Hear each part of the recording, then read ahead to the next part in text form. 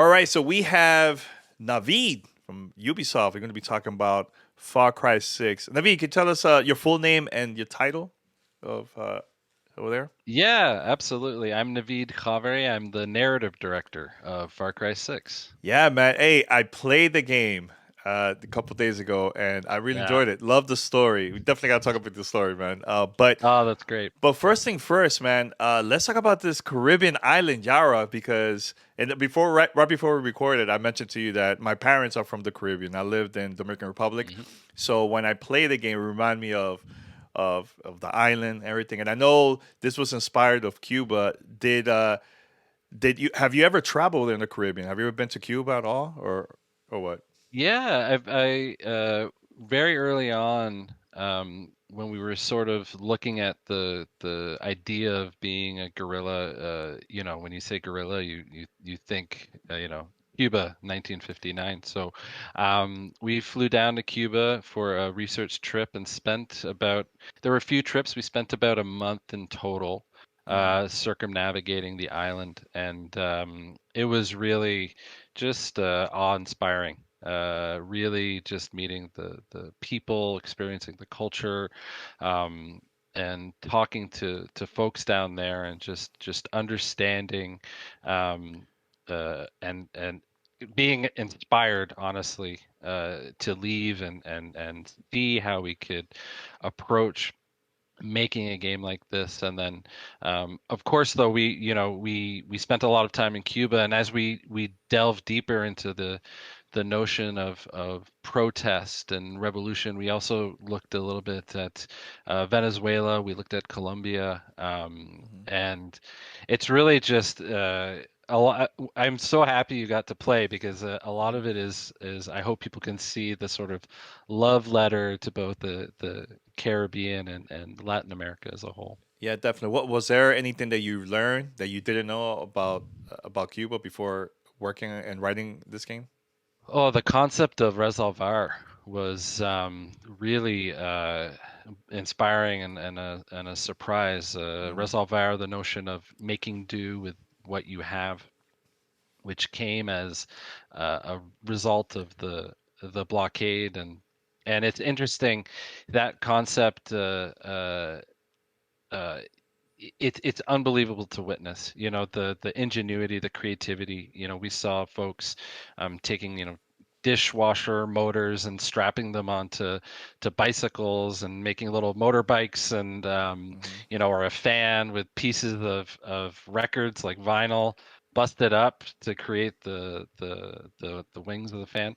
Hmm. So we really taken by that, and the notion of taking that and applying that to gameplay, to a guerrilla movement that is looking for using any scrap that they can have, to fight back against a regime like Anton's.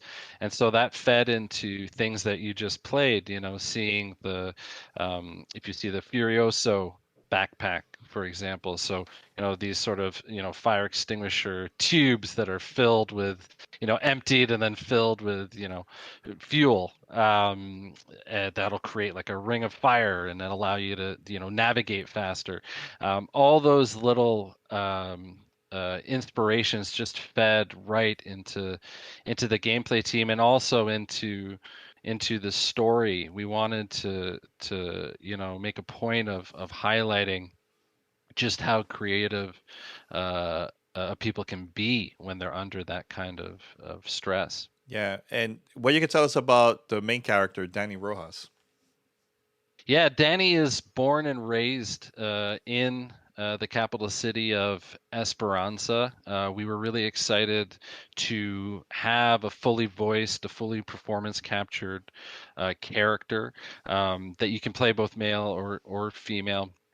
And we really wanted to ground the main character as a local. That was super important to us, because if you have a revolution, if you have sort of this guerrilla combat, you need a personal investment into the fight, and we really wanted to ground the story in character. And so with Danny, you're going to follow this journey of someone who really has no attachment to staying in Yara. They really feel like they don't have a place there, and so they're actually looking to flee. And in doing so, as you saw in the trailer that was released earlier, and in the demo, they come face to face with Anton Castillo, who has different plans, and so Hmm. you get to experience Danny getting swept up into this guerrilla movement, this revolution, and finding purpose in that. Yeah, I know when Danny mentioned about Miami, because I also used to live in Miami too. I was like, oh my God, Okay, so much memories. Caribbean, Miami, Florida, what's going on? right, No, but right, it was cool seeing that because yeah, a lot of people in Cuba, they that's like the first place that they would love to go is Miami, you know. So it was really cool to right. see that, you know. But let's talk about Anton, man. He's ruthless. Oh my God, he just I was Yeah, really nervous seeing him in the game, man. You know, but what you could tell us about Anton because he's so yeah. badass, man. I mean, the starting point with Anton, as it is with any Far Cry villain, is really Mm-hmm. we got super into this idea of you see these dictators, you see the sort of propaganda, you see them in interviews and things where they're sort of on this pedestal.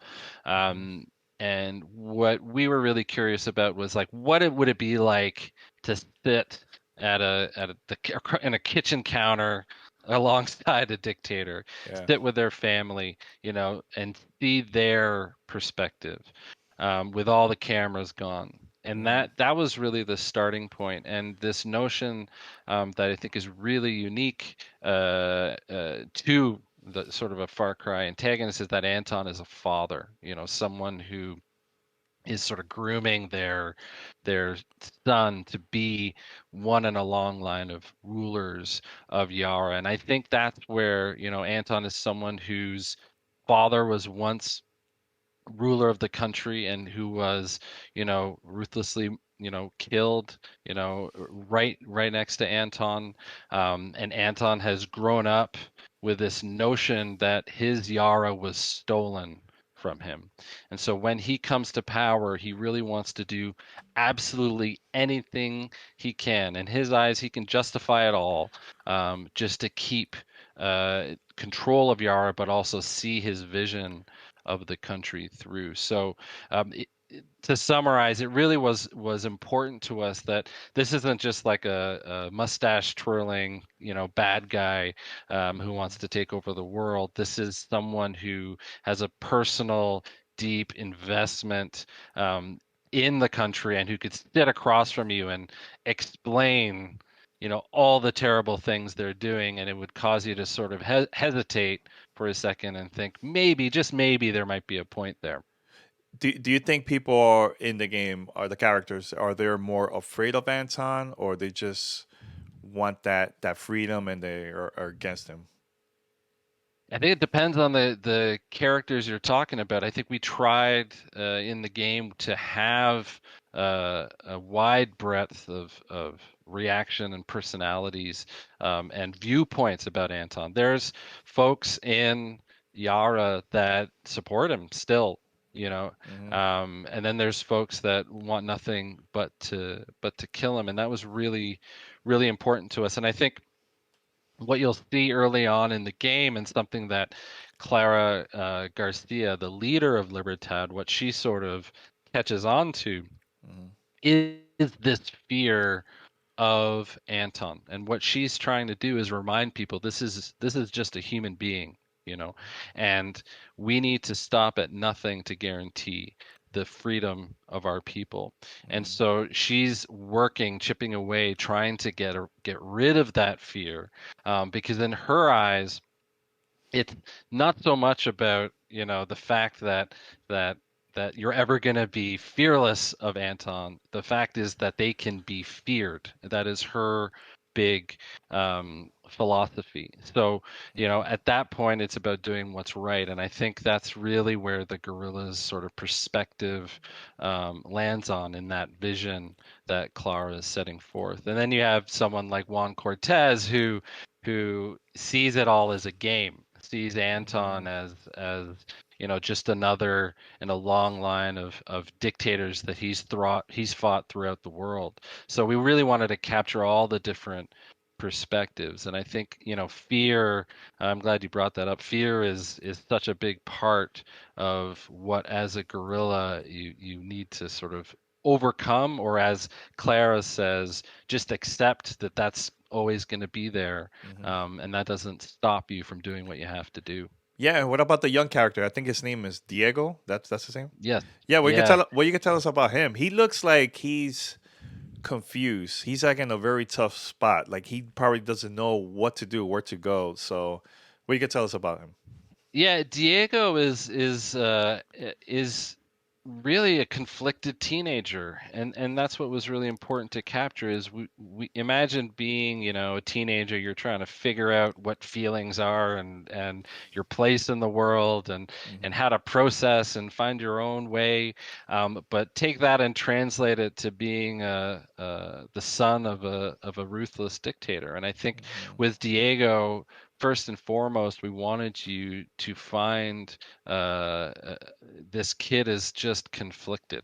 I think Diego deep down knows that what Anton is doing is wrong, knows that they don't want to be a part of how Anton is running things, but at the same time, he loves his father, and he can't lose that. That's just a part of who he is. And so, I used to describe it, and still do, as sort of he's riding a razor's edge. He will, over the course of the game, be trying to make a decision of how he, is becomes his own person, and can he even do that? So Hmm. we really wanted to dive into the complexity of that familial sort of relationship between Diego and Anton, and then you throw Danny into the mix, and you have this sort of triad of conflict. Hmm. So I know you mentioned that you and your team went to visit Cuba to get inspired of like the Hmm. location, the culture, the way how the people speak over there too, because they have some street language, street slang that you only will hear it either in Cuba or in certain places in Yep. Miami, right? So were you also involved with like selecting the voice actors based on the writing that you have, and also the music? Because I think that's also very important. Because one thing what I did, I turned on the radio because I just wanted to hear what type of music is in the game too. So, and I think you guys did a pretty good job, man, selecting the right type of genre of music for the game. Oh, I appreciate that. I'll pass that to our audio director as well. I think Hmm. the main thing was we wanted to be as sensitive and as authentic as we could. Hmm. So what we did early on, both in terms of casting, but also in terms of writing, was reach out to sensitivity experts, but also um, authenticity experts, and not just like one person, and we're going to do this at one point Hmm. in development. Hmm. We had multiple perspectives and had checkpoints throughout the course of development, and that ranged everything from folks from Cuba looking at the branding that we had in the game, to we brought on one of our actors, Manuel, who also writes. We brought him on along with our voice coach, Carlos Diaz, who joined us, actually joined the writing team, and went through all the scripts. We did everything, and it came up with ideas with us, checked our slang and how we were approaching authenticity, and it made such a difference, I think, in it just feeling grounded and real.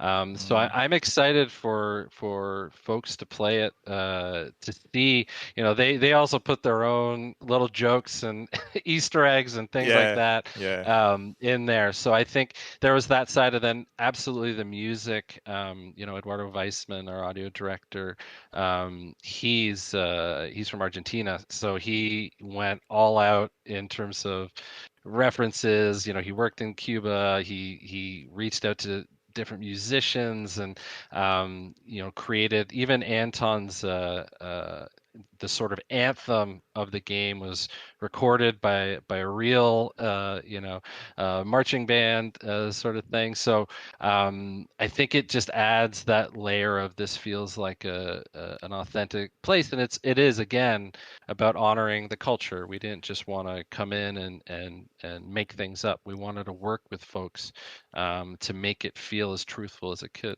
Yeah, I mean, how much of original music is in the game? Because I know the one that I listened to, it sounded very like the old school Cuban music of salsa, like the old school salsa from like the 80s and 70s Yeah, around there. we definitely licensed some old school tracks, but we did, there's a few tracks in there that we created. We worked with various musicians to create some custom songs. Hmm. Some of them, which I'm not going to spoil, No, don't spoil it. which are to Yeah, to serve the narrative as well. I mean, all of it serves a narrative, but some yeah. specific key points in the narrative, we brought in some musicians to join our journey. And Hmm. yeah, I'm not gonna spoil that for you, Yeah, but yeah. I think you'll be excited. It's cool, cool. So my last question, I don't know if any journalist is Of going to ask course. you this, but what was your favorite Cuban food and your favorite drink when you went to Cuba? Oh, that is a good question. I think Yes. I loved the simple stuff. And I'll tell you, it was when we visited a farm, and they just made the an amazing uh uh like rice and beans. Oh, But they yes. Was it also black beans? had, Black beans? yeah, Oh, yeah, yeah, yeah, yeah. yeah. Really And good. and Yeah. they also had I think it's a hutia. Hmm. It's the animal.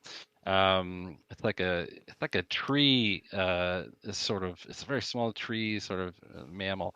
And they cooked that up, and they stripped off the meat and had rice and black beans, and then they made like coffee, like old school, like on the pot. It was just the simple stuff. Yeah. That's what I loved, because it felt so natural, and it's sort of in your head. Hmm. You're like, oh my God, I have a lot of preservatives back Yeah. home. You Yeah, know yeah. what I mean? Yeah, Yeah. and it's different because people think that the food in because there's a lot of Cubans in Miami, so they think Mm. that the food in Cuba and Miami is the same, and it's not. It's not the same at all. Yeah. So Yeah. you're No, right. I mean, I really enjoyed the food. I really enjoyed the food. It That's was it cool. was it was really good. I didn't really have a favorite drink. I don't really drink, so Okay, okay. Oh, it could be juice or it's anything like that. It's yeah, all good. yeah, yeah, yeah, But you yeah, mentioned yeah. coffee, so that's a drink. Coffee was my thing, but they put a lot of sugar in that. Oh yeah, they don't play around with that. A Yeah. lot of, yeah, don't play around with that. No, So yeah, that's cool, man. Do you see yourself going back over there in the future? I'd love to. I'd Yeah. love to. Yeah, it's such a beautiful country, Yeah. and such a beautiful people. So yeah, I would really Hmm. love to do that. You know, Yeah. I forgot to mention this. I know people are probably going to bring up like, oh, it's very political. Hmm. What is it you guys are trying to do with the story? Yep. Is it against the government in Cuba? What do you have to say about that?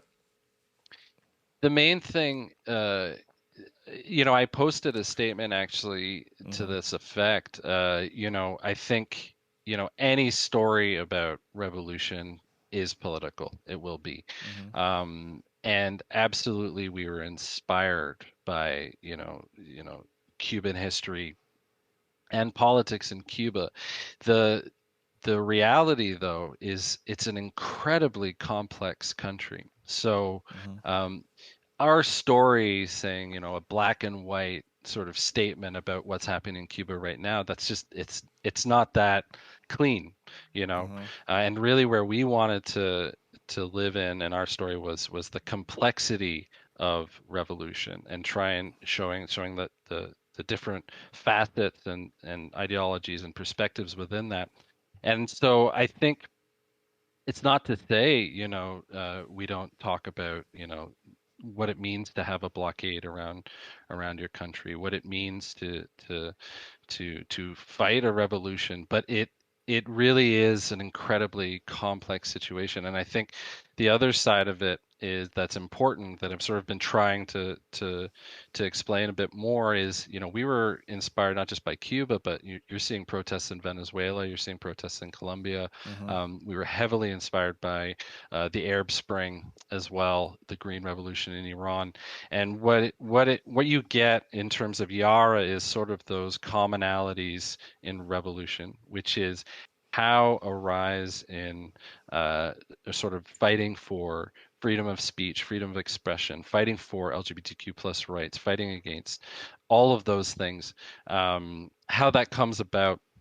And I think in terms of Cuba specifically, you know, what I would say is like, I just hope that those who are speaking out are allowed to speak out. Those that have been imprisoned for speaking out are released. But ultimately, I think I'll leave it at that because we've worked with some folks that I don't think it's my place to talk out and for their safety. I think I'm just going to leave it at that. All right, cool. Well, Navid, I just want to say, man, thank you so much for the talk, for the interview. It was a lot of fun, and I can't wait for My the pleasure. final game, man. Can't wait to play it Thank you. and Thank you. enjoy I'm and excited to hear what you enjoy. think. Yeah, yeah, I can't wait. I'm definitely gonna be with my horses, going all over Jara. Horse is my favorite way to get around. Yeah, In the yeah. Zen The car 5.6. the car could be a little bumpy, right? I love the car, but I love the horse. I love the freedom of the horse. Definitely, man. Thanks a All lot, right. man. All right, Thank you so much. all right, man.